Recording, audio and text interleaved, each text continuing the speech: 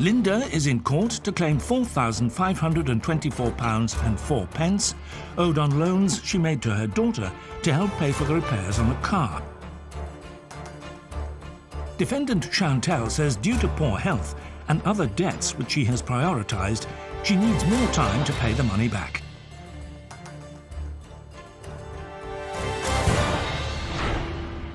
You did get a second bill, this time of £630 for a new clutch and for further work. Lynda, did you agree to cover that bill as well? Yes, I did. Why would you have done that in circumstances where she wasn't paying the £200 per month on the £3,500? She hadn't paid you back in April or May or June or July or August. That's 6 months of not paying. You extended further credit nevertheless. Now, that's July. I presume that was the end of the matter. No. Because you got a further bill. This time, the final repair bill of £794.04 arrived, bringing the total, Lynda, to £4,924.04. That was August. It's consequently the case, is it not, Chantelle, that you gave £200 per month? I presume you didn't change the agreement? No. September, October, November, December.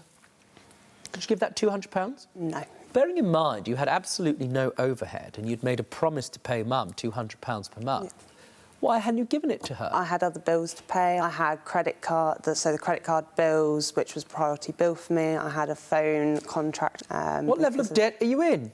Just with those two. How much total? Total was £1,800.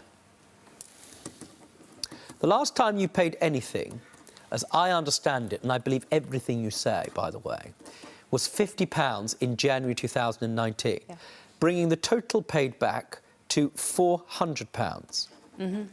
You can't be terribly happy about this. No, I'm not. I suppose, in all fairness, I only got to this stage because the atmosphere at home has been very difficult. I got to the point where I don't ask for any money now because it's just me and my daughter, and I'd rather not have an atmosphere. So I don't ask for the money anymore. Lynda, it's an interesting thing when you bring your daughter to court, especially one who's as close as Chantelle has been and is to you. What's today really about? The principle. I need the money as well now. I'm not in the position I was in at the time. But more the principle that if I loan her money, she should put me first, not Exes, other people, credit cards, debts, especially when you're living somewhere rent-free and you'd be homeless but for you. Yes. Is that about right? Yes. I'd like to say thank you for Mum. I'd like to say thank you, but I'd also like to say if somebody didn't spend £5,000 on a vehicle that's worth £3.5, as in her own vehicle, then but I bought that car. Be quiet! You're not going to get any money back from I don't want you? any money back for that car. That's my car. Well, you're not going to get any money back for it. Mine's an investment. You're still earning money on it.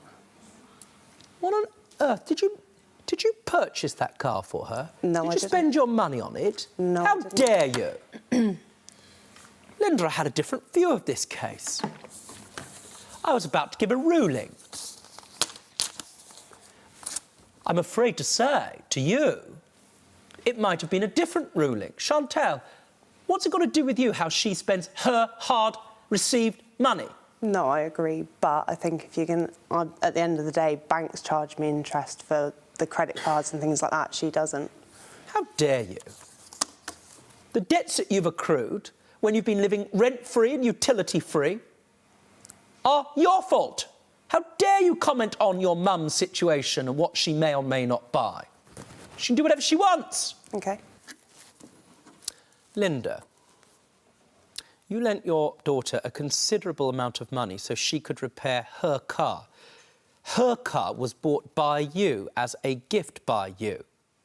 You have gifted your daughter a great deal of things over the years, including free utilities, free rent and other free things. She lives as a result of you. The difficulty in this case, madam, when I first read it and when the trial started was that you were in substantial difficulty because you are unable to provide me with anything in writing demonstrating that you had an enforceable agreement with your daughter. I was entirely minded to dismiss this case. However, during the course of the proceedings, you have disclosed to me that there was a written document. I believe you. I was just about to dismiss this case when it struck me that it was in the interest of justice that I take your word for it. Don't be stupid. Stay and watch the best Judge Rinder moments.